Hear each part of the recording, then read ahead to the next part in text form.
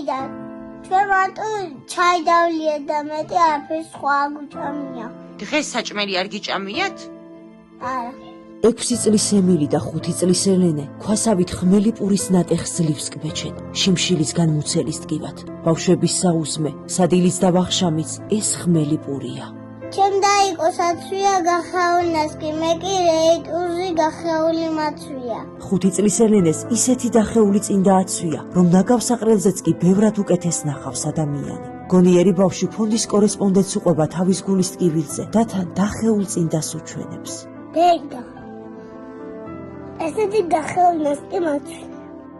ამ ჟანგიანტაში ბანაობენ საბრალო ბავშვები ზამთრის ყინვაში. გოგონები გაცივდნენ, ახვრელებთ და მაღალი სიცხე აქვთ. საბრალო დედამ ნასესხები ფულით უყიდა წამალი ბავშვებს. სიცივისგან აკანკარლებული დები ასე ეხუტებიან ერთმანეთს. ბავშვებს თბილი საბანიც კი არ აქვთ. როგორიც ხარეთ ცრემლებით ტირის ბავშვების საბრალო დედა. საკმარისია ერთხელ მაინც შახედოთ ქალს თვალებში და მაშინვე მიხვდებით, თუ როგორი მწველი ცეცხლი გიზგიზებს მის გულში. შეხედეთ, პატარა ანგელოზები ცდილობენ, რომ საკუთარი ხელებით შეუმშრალონ ცრემლები საყვარელ დედიკოს.